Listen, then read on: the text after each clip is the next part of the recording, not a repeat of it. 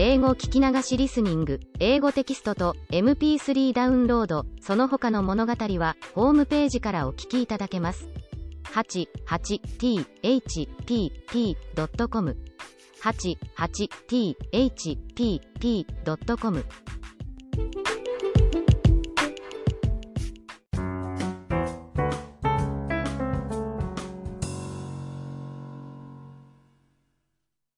Jack and the Beanstalk. A long, long time ago, when most of the world was young and folk did what they liked because all things were good, there lived a boy called Jack. His father was bedridden, and his mother, a good soul, was busy early morns and late eyes planning and placing how to support her sick husband and her young son by selling the milk and butter which Milky White, the beautiful cow, gave them without stint. For it was summertime. But winter came on, the herbs of the fields took refuge from the frost in the warm earth, and though his mother sent Jack to gather what fodder he could get in the hedgerows, he came back as often as not with a very empty sack, for Jack's eyes were so often full of wonder at all the things he saw that sometimes he forgot to work. So it came to pass that one morning Milky White gave no milk at all, not one drain. Then the good hard-working mother threw her apron over her head and sobbed. "What shall we do? What shall we do?" Now Jack loved his mother, besides, he felt just a bit sneaky at being such a big boy and doing so little to help. So he said, "Cheer up. Cheer up. I'll go and get work somewhere." And he felt as he spoke as if he would work his fingers to the bone, but the good woman shook her head mournfully. "You've tried that before, Jack," she said, "and nobody would keep you. You are quite a good lad, but your wits go a wool gathering. No, we must sell Milky White and live on the money. It is no use crying over milk that is not here to spill." You see, she was a wise as well as a hard-working woman, and Jack's spirits rose. "Just so," he cried. "We will sell Milky White and be richer than ever. It's an ill wind that blows no one good. So, as it is market day, I'll just take her there and we shall see what we shall see." "But," began his mother. "But doesn't butter parsnips," laughed Jack. "Trust me to make a good bargain." So, as it was washing day, and her sick husband was more ailing than usual, his mother let Jack set off to sell the cow. "Not less than 10 pounds, she bawled after him as he turned the corner. 10 pounds, indeed. Jack had made up his mind to 20. 20 solid golden sovereigns. He was just settling what he should buy his mother as a faring out of the money, when he saw a queer little old man on the road who called out, "Good morning, Jack." "Good morning," replied Jack, with a polite bow, wondering how the queer little old man happened to know his name, though, to be sure, Jack's were as plentiful as blackberries. "And where may you be going?" asked the queer little old man. Jack wondered again. He was always wondering, what the queer little old man had to do with it, but, being always polite, he replied, "I am going to market to sell Milky White, and I mean to make a good bargain." "So you will. So you will," chuckled the queer little old man. "You look the sort of chap for it. I bet you know how many beans make 5? 2 in each hand and 1 in my mouth," answered Jack readily. He really was sharp as a needle. Just so," chuckled the queer little old man, and as he spoke he drew out of his pocket 5 beans. "Well, here they are, so give us Milky White." Jack was so flabbergasted that he stood with his mouth open as if he expected the 5th bean to fly into it. "What?" he said at last. "My Milky White for 5 common beans.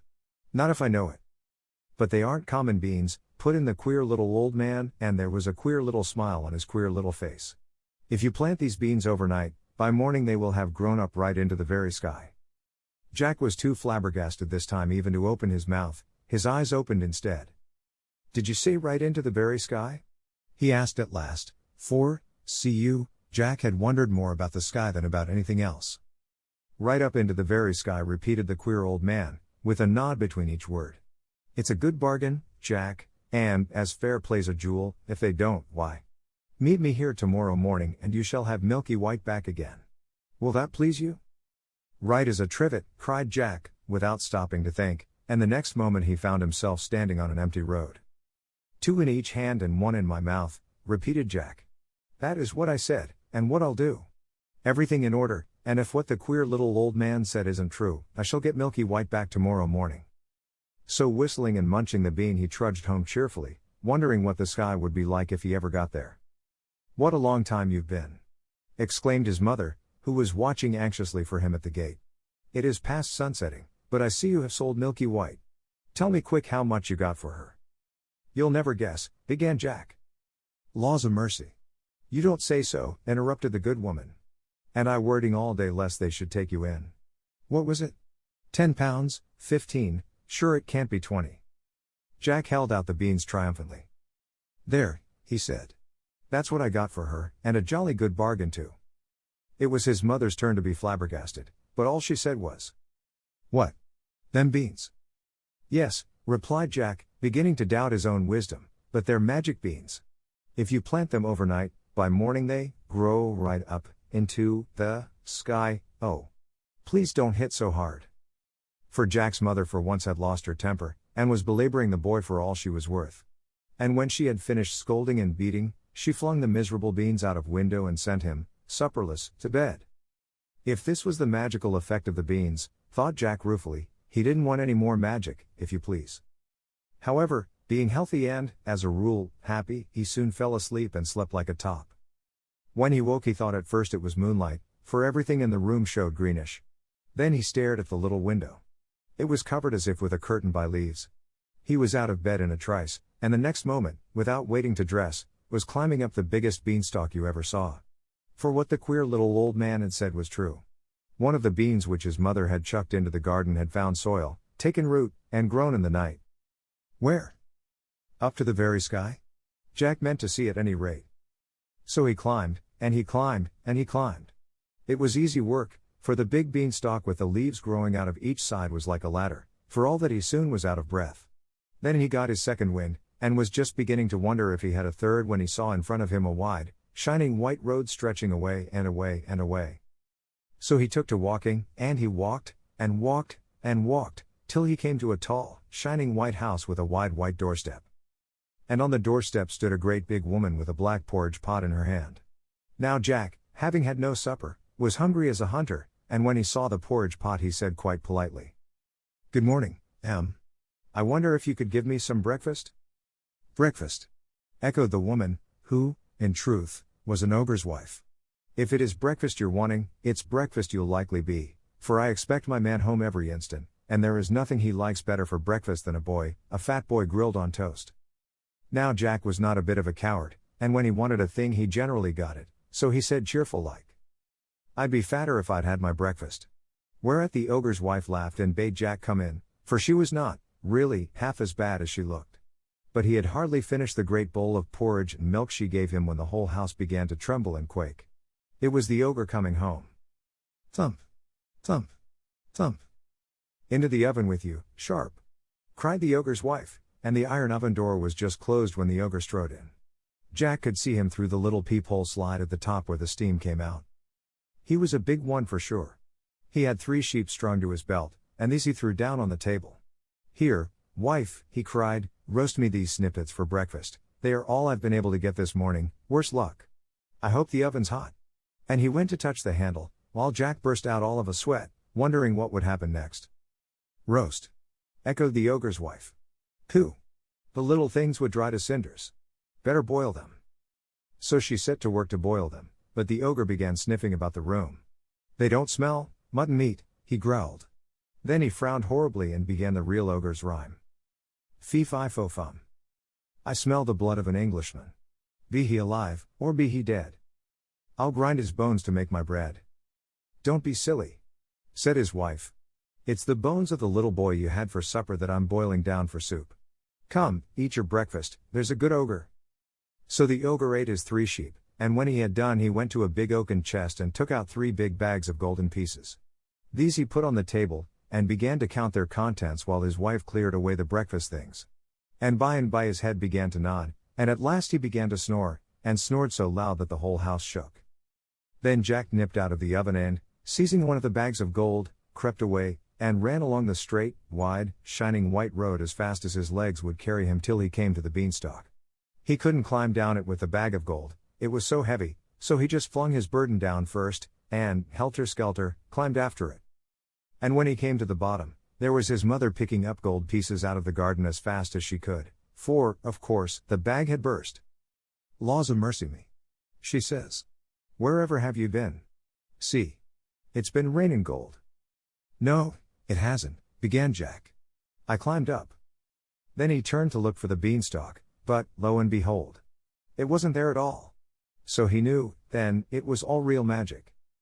After that they lived happily on the gold pieces for a long time, and the bedridden father got all sorts of nice things to eat, but, at last, a day came when Jack's mother showed a doleful face as she put a big yellow sovereign into Jack's hand and bade him be careful marketing, because there was not one more in the coffer. After that they must starve. That night Jack went supperless to bed of his own accord. If he couldn't make money, he thought, at any rate he could eat less money. It was a shame for a big boy to stuff himself and bring no grist to the mill. He slept like a top, as boys do when they don't overeat themselves, and when he woke, hey, presto! The whole room showed greenish, and there was a curtain of leaves over the window. Another bean had grown in the night, and Jack was up it like a lamplighter before you could say knife. This time he didn't take nearly so long climbing until he reached the straight, wide, white road, and in a trice he found himself before the tall white house, where on the wide white steps the ogre's wife was standing with the black porridge pot in her hand. And this time Jack was as bold as brass. "Good morning, Em," he said. "I've come to ask you for breakfast, for I had no supper, and I'm as hungry as a hunter." "Go away, bad boy," replied the ogre's wife. "Last time I gave a boy breakfast my man missed a whole bag of gold. I believe you are the same boy." "Maybe I am, maybe I'm not," said Jack, with a laugh. "I'll tell you true when I've had my breakfast, but not till then." So the ogre's wife, who was dreadfully curious, gave him a big bowl full of porridge, but before he had half finished it he heard the ogre coming. Thump! Thump! Thump! "In with you to the oven," shrieked the ogre's wife. "You shall tell me when he has gone to sleep." This time Jack saw through the steam peephole that the ogre had 3 fat calves strung to his belt. "Better luck today, wife," he cried, and his voice shook the house. "Quick! Roast these trifles for my breakfast. I hope the oven's hot." And he went to feel the handle of the door, but his wife cried out sharply. "Roast? Why, you'd have to wait hours before they were done. I'll broil them, see how bright the fire is." "Umph!" growled the ogre. And then he began sniffing and calling out. "Fee-fi-fo-fum. I smell the blood of an Englishman. Be he alive, or be he dead. I'll grind his bones to make my bread." "Twaddle," said the ogre's wife. "It's only the bones of the boy you had last week that I've put into the pig bucket." "Umph," said the ogre harshly, but he ate the broiled calves, and then he said to his wife, "Bring me my hen that lays the magic eggs. I want to see gold." So the ogre's wife brought him a great big black hen with a shiny red comb. She plumped it down on the table and took away the breakfast things. Then the ogre said to the hen, "Lay." And it promptly laid, what do you think? A beautiful, shiny, yellow, golden egg. "None so dusty, henny penny," laughed the ogre. "I shan't have to beg as long as I've got you." Then he said, "Lay." Once more, and, lo and behold, there was another beautiful, shiny, yellow, golden egg. Jack could hardly believe his eyes, and made up his mind that he would have that hen, come what might. So, when the ogre began to doze, he just out like a flash from the oven, seized the hen, and ran for his life. But, you see, he reckoned without his prize, for hens, you know, always cackle when they leave their nests after laying an egg, and this one set up such a scrawling that it woke the ogre. "Where's my hen?" he shouted, and his wife came rushing in, and they both rushed to the door, but Jack had got the better of them by a good start, and all they could see was a little figure right away down the wide white road, holding a big, scrawling, cackling, fluttering black hen by the legs. How Jack got down the beanstalk he never knew. It was all wings, and leaves, and feathers, and cacklings, but get down he did, and there was his mother wondering if the sky was going to fall. But the very moment Jack touched ground he called out, "Lay!" And the black hen ceased cackling and laid a great, big, shiny, yellow, golden egg. So everyone was satisfied, and from that moment everybody had everything that money could buy. For, whenever they wanted anything, they just said, "Lay." And the black hen provided them with gold. But Jack began to wonder if he couldn't find something else besides money in the sky. So one fine moonlight midsummer night he refused his supper, and before he went to bed stole out to the garden with a big watering can and watered the ground under his window, for, thought he, there must be 2 more beans somewhere, and perhaps it is too dry for them to grow. Then he slept like a top. And, lo and behold, when he woke, there was the green light shimmering through his room, and there he was in an instant on the beanstalk, climbing, climbing, climbing for all he was worth. But this time he knew better than to ask for his breakfast, for the ogre's wife would be sure to recognize him. So he just hid in some bushes beside the great white house, till he saw her in the scullery, and then he slipped out and hid himself in the copper, for he knew she would be sure to look in the oven first thing. And by he heard thump, thump, thump. And peeping through a crack in the copper lid, he could see the ogre stalk in with 3 huge oxen strung at his belt. But this time, no sooner had the ogre got into the house than he began shouting. Fee-fi-fo-fum. I smell the blood of an Englishman. Be he alive, or be he dead. I'll grind his bones to make my bread. For, see you, the copper lid didn't fit tight like the oven door, and ogres have noses like a dog's for scent. Well, I declare, so do I, exclaimed the ogre's wife. It will be that horrid boy who stole the bag of gold and the hen. If so, he's hid in the oven. But when she opened the door, lo and behold, Jack wasn't there. Only some joints of meat roasting and sizzling away. Then she laughed and said, You and me be fools for sure. Why, it's the boy you caught last night as I was getting ready for your breakfast. Yes, we be fools to take dead meat for live flesh. So eat your breakfast, there's a good ogre. But the ogre, though he enjoyed roast boy very much, wasn't satisfied, and every now and then he would burst out with fee-fi-fo-fum, and get up and search the cupboards, keeping Jack in a fever of fear lest he should think of the copper. But he didn't. And when he had finished his breakfast he called out to his wife, Bring me my magic harp. I want to be amused. So she brought out a little harp and put it on the table. And the ogre leant back in his chair and said lazily, Sing. And, lo and behold, the harp began to sing. If you want to know what it sang about? Why, it sang about everything. And it sang so beautifully that Jack forgot to be frightened, and the ogre forgot to think of fee-fi-fo-fum, and fell asleep and did not snore. Then Jack stole out of the copper like a mouse and crept hands and knees to the table, raised himself up ever so softly and laid hold of the magic harp, for he was determined to have it. But, no sooner had he touched it, than it cried out quite loud, Master! Master! So the ogre woke, saw Jack making off, and rushed after him. My goodness, it was a race. Jack was nimble, but the ogre's stride was twice as long. So, though Jack turned, and twisted, and doubled like a hare, yet at last, when he got to the beanstalk, the ogre was not a dozen yards behind him. There wasn't time to think, so Jack just flung himself onto the stalk and began to go down as fast as he could, while the harp kept calling, Master! Master! At the very top of its voice. He had only got down about a quarter of the way when there was the most awful lurch you can think of, and Jack nearly fell off the beanstalk.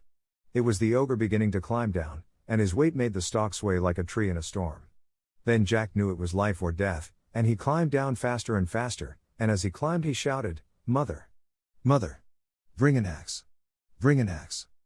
Now his mother, as luck would have it, was in the backyard chopping wood, and she ran out thinking that this time the sky must have fallen.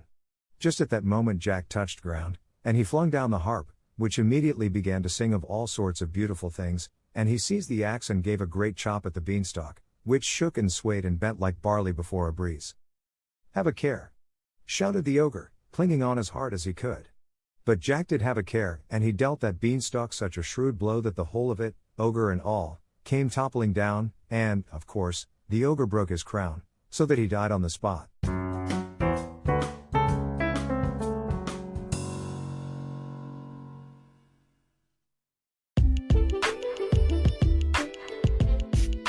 英語聞き流しリスニング、英語テキストと MP3 ダウンロード、その他の物語はホームページからお聞きいただけます。